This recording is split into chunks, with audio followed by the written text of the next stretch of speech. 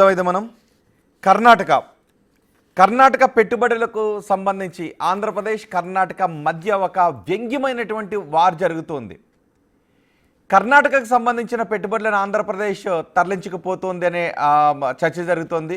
అలాగే ఆంధ్ర వంటకాలు చాలా స్పైసీగా ఉంటాయి, ఆంధ్ర పెట్టుబడులు కూడా అలాగే ఉంటాయంటూ లోకేష్ మాట్లాడినటువంటి ట్వీట్లపైన, దానికి కర్ణాటక ఐటీ మంత్రి రియాక్షన్ పైన రాజకీయ వర్గాల్లో ఒక రకమైన చర్చ జరుగుతుంది. దీని గురించి మనం మాట్లాడుకోబోతున్నాం. నాగేశ్వర్ గారు, ఇది రాష్ట్రాల మధ్య ఈ రకమైన పోటీని ఎలా చూడాలి? కర్ణాటక ఆంధ్రప్రదేశ్ మధ్య రాష్ట్రాల మధ్య ఆరోగ్యకరమైన పోటీ ఉండాలి. కానీ ఒక రాష్ట్రం వల్నరబిలిటీస్ను మరో రాష్ట్రం ఎక్స్ప్లాయిట్ చేయడం అనేది మంచి సాంప్రదాయం అయితే కాదు. డెఫినెట్గా ఒక రాష్ట్రము ఆంధ్రప్రదేశ్ కావచ్చు, కర్ణాటక కావచ్చు, తమిళనాడు కావచ్చు, అన్నీ దేశంలో బాగా మంది మర్చిపోకూడదు. తమిళనాడు విషయానికి వచ్చినప్పుడు లోకేష్ ట్వీట్ చేశాడు, గూగుల్ భారత్కు వచ్చింది అని. రాష్ట్రాల మధ్య పోటీ అనేది దేశ ప్రయోజనాలకు భిన్నంగా ఉండకూడదు. ఇప్పుడు కర్ణాటకలో కాంగ్రెస్ ఉండొచ్చు, ఆంధ్రప్రదేశ్లో ఎన్డీఏ ఉండవచ్చు. కానీ కర్ణాటకకు రావాల్సిన పెట్టుబడులను ఆంధ్రప్రదేశ్ రావాల్సిన పెట్టుబడులు కర్ణాటక, ఇది ఆరోగ్యకరమైన పోటీ కాదు. ఎవరి స్ట్రెంత్ వాళ్ళు ప్రజెంట్ చేసుకోవచ్చు. ఎందుకు కర్ణాటకకు రావాల్సిన పెట్టుబడులు గుజరాత్కు పోయే పెట్టుబడులు ఆకర్షించవచ్చు కదా లోకేష్.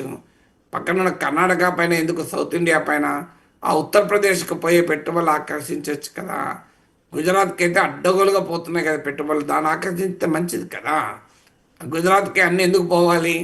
అందువల్ల మనము కర్ణాటకైనా తమిళనాడైనా they are part of India. అందువల్ల ఇప్పుడు కర్ణాటకలో రోడ్లు బాగలేవు, కర్ణాటకలో ట్రాఫిక్ ఇబ్బందులు ఉన్నాయి, కర్ణాటకలో ఈ ఛాలెంజెస్ ఉండొచ్చు. రేపు ఉదాహరణకు విశాఖపట్నంలో గతంలో తుఫాన్లు వచ్చాయి, అందువల్ల విశాఖ సేఫ్ కాదు అని కర్ణాటక వాళ్ళు అన్నారు అనుకోండి, మనం అంగీకరించుదామా? అందువల్ల రెండు రాష్ట్రాలు ఆరోగ్యకరంగా పెట్టుబడులకు పోటీ పడవచ్చు, తప్పేమీ లేదు. ఆ పోటీ ప్రజల ప్రయోజనాలకు నష్టం కలిగించకుండా ఉండేంత వరకు అభ్యంతరం లేదు. చాలా అగ్రెసివ్గా ప్రమోట్ చేసుకోవచ్చు పెట్టుబడులను, తమ ప్రత్యేకతను వివరించుకోవచ్చు. సో బెటర్ డెస్టినేషన్గా ఆంధ్రప్రదేశ్ ఎలా ఉంటుంది అని ప్రజెంట్ చేసుకోవచ్చు, అంతవరకు అభ్యంతరం లేదు. కానీ కర్ణాటకకు వచ్చే పెట్టుబడులు ఆంధ్రప్రదేశ్కి వచ్చే పెట్టుబడులు గుజరాత్కి వచ్చే పెట్టుబడులు ఇంకో రాష్ట్రానికి ఇప్పటికే వివాదాలు ఉన్నాయి. మహారాష్ట్రకి రావాల్సిన పెట్టుబడులను గుజరాత్ తరలించారు, తెలంగాణకు రావాల్సిన గుజరాత్ తరలించారనే విమర్శలు వచ్చాయి. అందువల్ల రెండు రాష్ట్రాల మధ్య అనారోగ్యకరమైన పోటీ ఉండకూడదు. ఇప్పుడు మరి తమిళనాడులో కూడా వివాదమైంది, కర్ణాటకలో వివాదంలో మాత్రం అగ్రెసివ్గా రియాక్ట్ అవుతున్నారు. ఆంధ్ర స్పైసీ మరి కర్ణాటకకైనా తమిళనాడుకు వర్తించదు ఆ spicy. So spicy only for Karnataka ఎందుకు, తమిళనాడుకి ఎందుకు ఉండదు?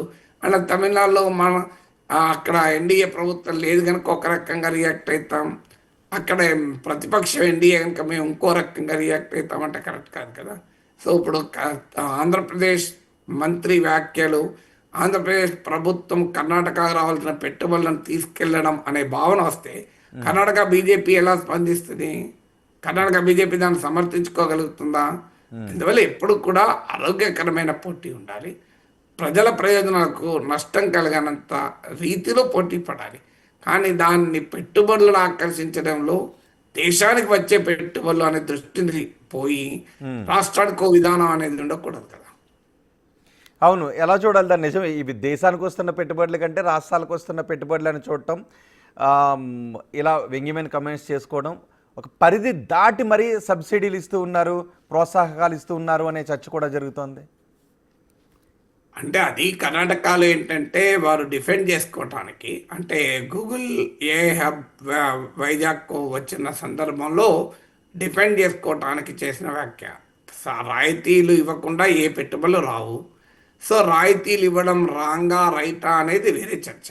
ఓకే, 22,000 కోట్ల రాయితీలు ఇచ్చారు, కాస్ట్ బెనిఫిట్ అనాలిసిస్ ఏంటి అనేది వేరే డిస్కషన్. కానీ అక్కడ అది ఆంధ్రప్రదేశ్ రాయితీలు ఇచ్చింది, మేము ఇవ్వలేదు కనుక మా దగ్గరకు రాలేదు అని డిఫెండ్ చేసుకోవడానికి చేసిన వ్యాఖ్య. అందువల్ల దాన్ని పొలిటికల్ డిఫెన్స్గా చూడాలి తప్ప ఎకనామిక్ రేషనాలిటీగా చూడలేము. ఓకే, అంటే ఏపీ ఇలాంటి దూకుడుతోనే ఉంటే పెట్టుబడులను ఇంకా భారీగా ఆకర్షించే అవకాశం ఉంటుందంటారా? నేను హైపాథెటికల్ క్వశ్చన్లకు ఎప్పుడూ ఆన్సర్ చేయలేను. ఇలాగే దూకుడుగా ఉంటే అలాగే అవుతుంది కదా, ఏముంది అందులో. ఫ్యూచర్ స్పెక్యులేటివ్గా మనం మాట్లాడకూడదు రోహిత్. మనం ఉన్న సిచ్యువేషన్ని బట్టి మాట్లాడాలి తప్ప ఇలాగే దూకుడుగా ఉంటే అలాగే వస్తాయి కదా పెట్టుబడులు. ఏముంది, ఆశ్చర్యం ఏముంది.